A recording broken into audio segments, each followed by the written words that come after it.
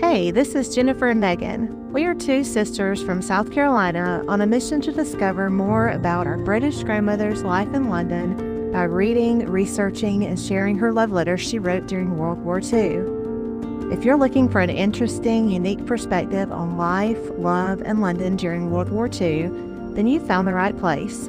We will take you through each letter and bring them to life as we have recently traveled to some of the exact places mentioned in these letters. Think of this as a historic love story come to life. So grab your favorite beverage and blanket and prepare to dive in with us. This is the All My Love Lucy podcast.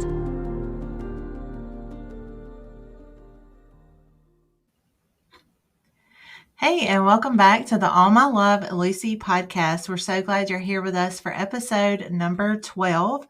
And as always, we want to start off by saying thank you for all the love and support that you've given us so far. We appreciate it. And we really hope you're enjoying the podcast. We're having a great time doing it. And we hope you're enjoying it. And also the t-shirts. If you want a t-shirt and a sticker, we have mailed those out. And hopefully you've already received them. If not, you should be getting them in the next day or so. As always, we like to say, if you're a first-time listener, we encourage you to go back and start with episode number 1 to catch up with all the information we've discussed so far. Yes, and as I've said over and over, be patient with us on those first few episodes because we were and still are amateurs. We've never done this before, and so we were super nervous and super scripted, really. If you go back and watch them, we were dependent on our scripts because we were super nervous. And then we also had some technical difficulties along the way. So we do hope you'll go back because this is more like a series and there's a lot of great information that we've covered in those first episodes. So we do encourage you to go back. Just keep that in mind that hopefully we're evolving and getting better. Just keep that in mind those first few episodes. Now, let's get started with letter number 12, which is dated just one day after the last letter that she wrote that we did in the last episode. July 20th, 1944. My darling Jimmie, I have been thinking a lot about you this evening and wishing you were with me, so I thought I would write a few lines just before I go to bed, as I want my darling to be happy and not have to wait long for his letters. So last time I said that I was going to dive into the Postal Service situation during the war. And it's really interesting to think about because even in the middle of all of the chaos and the craziness that was going on in London and all the challenges that would have been presented there, London was still a bustling city. It was still alive, and they were operating just like we've talked about the theaters and the library and the zoo. We've talked about those places in the past. And so London did not shut down. London was still an active city. And we've mentioned several times also how resilient the people of London were during that time. Well, I'm sure they still are, but during that time especially. And so that would be the same with the postal workers during this time. They demonstrated the same resilience. And so there would have been many challenges to keep the mail running during that time and to keep these letters coming, to keep correspondence going. And there were such as reduced staff due to workers being called up for military service. There were a lot of people that had to go. And so they've been understaffed. And we know all about that now since the pandemic. Everywhere's understaffed. Mm-hmm. And we went through a really hard time in the middle of it with people, not having enough workers. So I'm sure it would have been really difficult during that time. Disruptions due to the bombings at the post office and the mail sorting centers, security measures, including those additional checks and inspections to make sure there was nothing crazy being passed along. Transportation issues because the war created a disruption in the transportation networks. So the mail transport was diverted a lot. So that would have caused delays. And then, of course, we talked a little bit about the rationing last time or the time before, such as paper shortages and other materials like envelopes and stamps and other supplies like that. And we've talked about Lucy sending Jimmie paper. Mm-hmm. So I wonder maybe if that had something to do with it. And so in May of 1940, the postal workers formed their own division of the Home Guard. Remember, we talked a good bit about the Home Guard in maybe the first or second episode Mm-hmm. when they went to the Home Guard parade and saw what was his name? Jack Holbert. Jack Colbert, yeah. So I think that was the first episode, wasn't it? I think so, yeah. That we talked about that. Mm-hmm. So if you're not familiar with the Home Guard, you can either go back and listen to episode 1 or just look it up. It's real interesting. It was the local defense volunteers. And so the post office had their own division of that to defend the post office buildings in London. They were prepared for invasion and they guarded the sites day and night, even though they were very limited on weapons. They didn't have a lot of weapons. And so they performed exercises and kind of practiced what they would do in certain situations. They were trained to fight with bayonets, and they did know how to use some anti-aircraft weapons. But even in the middle of all the difficulties of the war, the post office was determined to deliver all the mail and to rescue any mail, money, and supplies and things like that from the post offices and letterboxes that were bombed in the city. So I didn't think about that, but like if a post office was bombed, all the mail that was there, somebody would need to go get it and make sure it was protected. And so they were very determined to do that, the postal workers. And so their goal was to deliver all mail that had been delayed by enemy action, whatever form that came in, whether it was bombings or censor or anything like that. They their goal was to deliver it all within 48 hours from the time they got it. So if they retrieved something from a bombed location, their goal was, okay, we got 48 hours to get this to that person or wherever it needed to go. So I thought that was pretty incredible. So, in summary, that was a lot. We can say with confidence that the dedication and the perseverance of the postal workers played a vital role there during that time, during the war. And specifically, we can see how important the Postal Service was to Lucy and Jimmie personally. And maintaining morale among the soldiers, like these letters that Lucy was writing to Jimmie, we've talked about that, with how I'm sure it would have really encouraged him.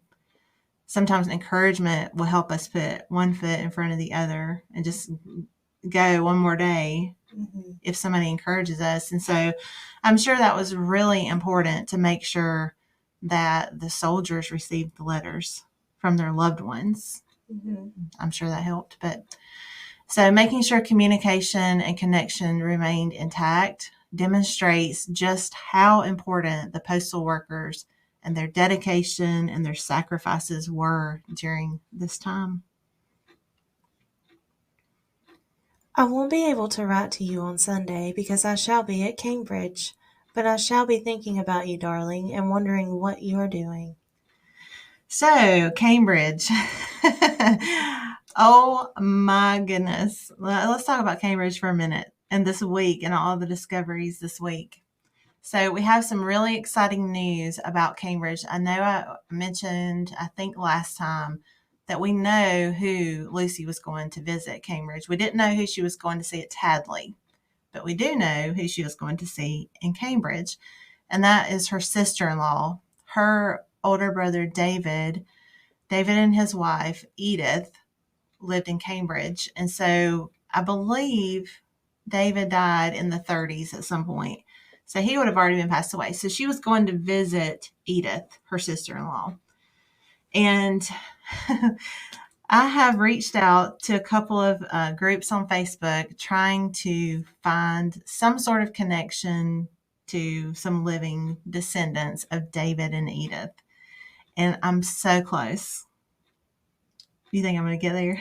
Oh, yeah, definitely. So we're so close to hopefully reaching some descendants of Lucy's older brother David. Now we've talked about this just a little bit about how we have connected with her brother Alfred's descendants, and that was really cool. We did a DNA test, and it connected us with someone in Australia. And we'll tell more about that later. And I've even asked them if they will come on for an interview. Did you see that? Hmm. So do you think they're going to do it? Hopefully. I I hope would so. love that. I would love that too. We were able to meet one of them when we went to London. We were able to meet Jack. We've talked about Jack a little bit, but we were able to meet him, and hopefully him and maybe his sister and his mom, especially Mary. We hope that she'll be able to come on, or that they'll be able to come on for an interview, because soon we're going to start doing some interviews. Hopefully next week we're going to meet with Jimmie's only living sibling and do an interview. I don't know if she's going to be on camera or not, but we're going to interview her and talk with her, and we'll have some more information from her. And then after that, we want to start having some interviews come on.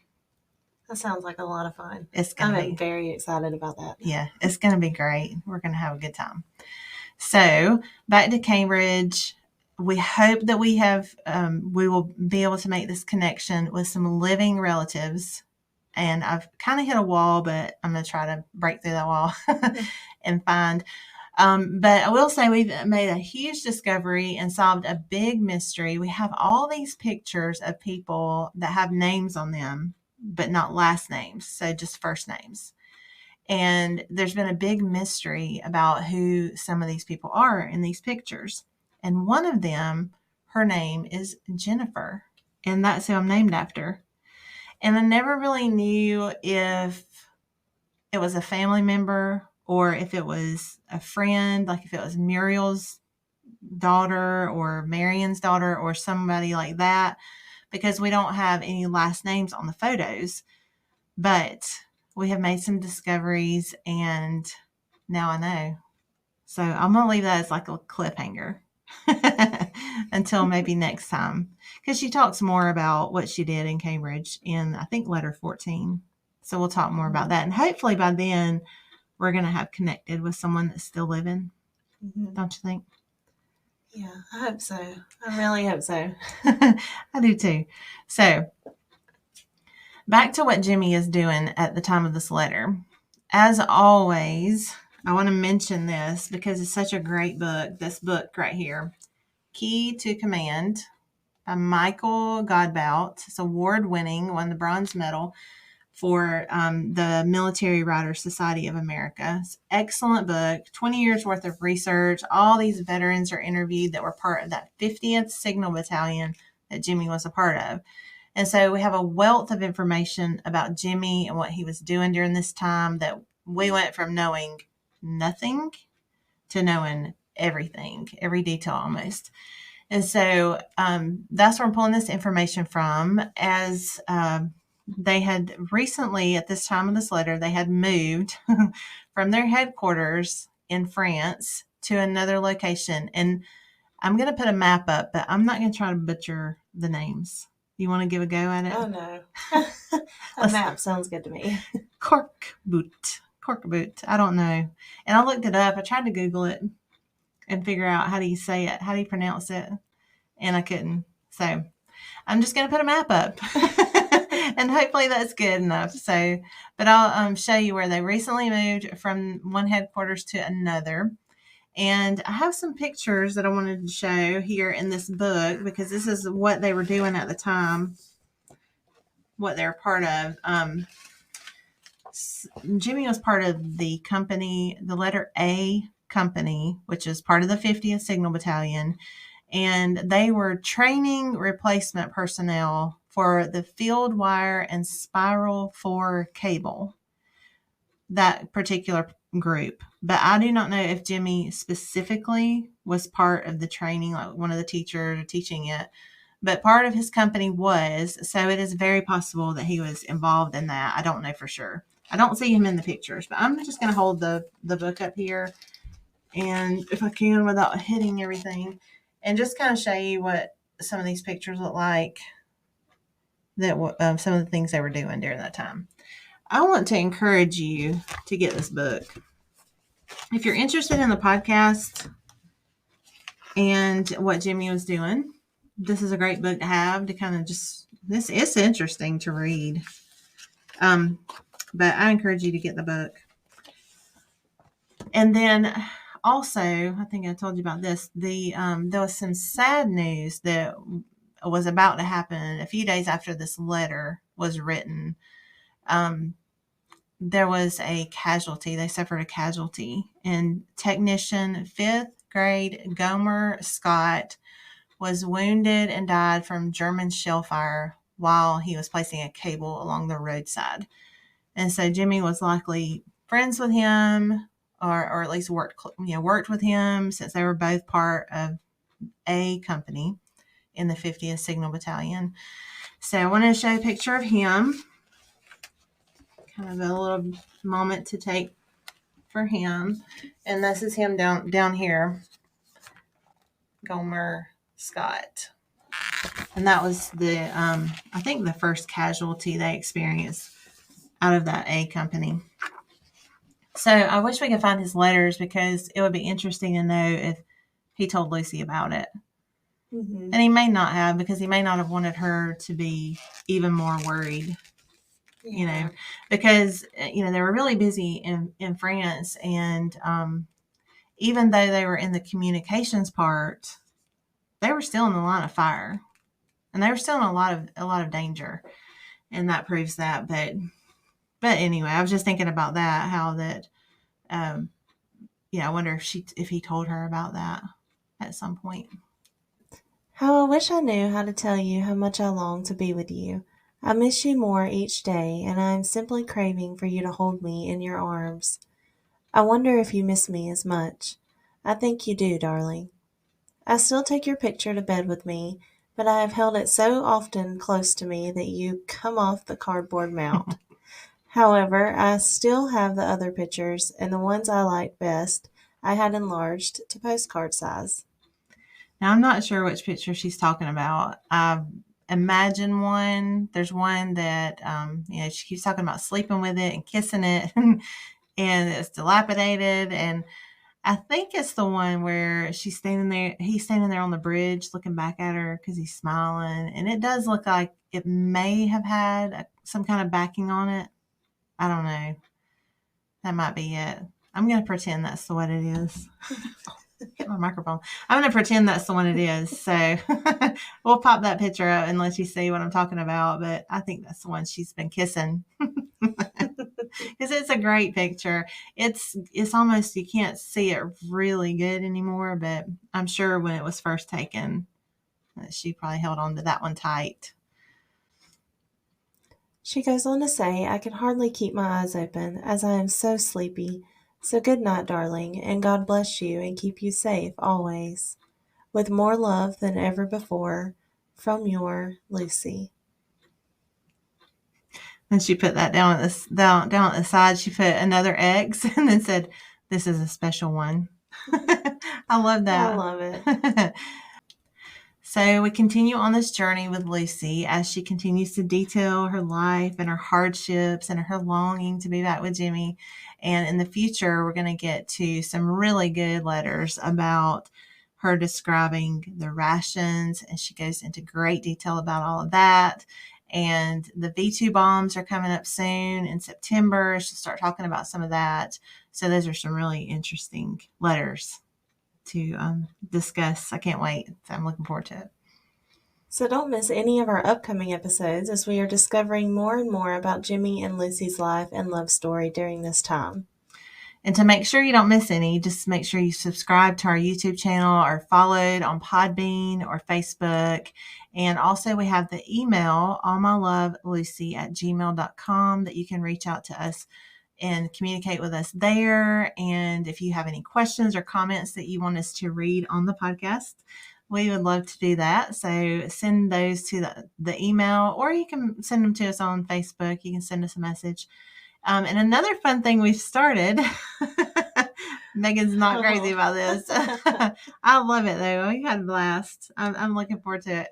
But another fun thing we've started, if you missed it, we have started going live on Facebook on Sunday nights while we're editing the episode. And so it's a lot of fun. If you're not already following us on Facebook, make sure you do that so you'll get that notification when we go live. And we're just hanging out while we're editing. It's nothing formal or anything. So Make sure you're following there and join us and chat with us.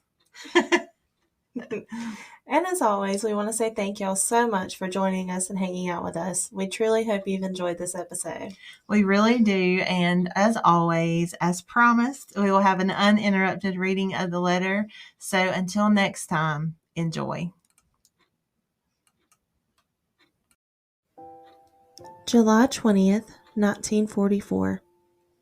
My darling Jimmie, I have been thinking a lot about you this evening and wishing you were with me, so I thought I would write a few lines just before I go to bed, as I want my darling to be happy and not have to wait long for his letters.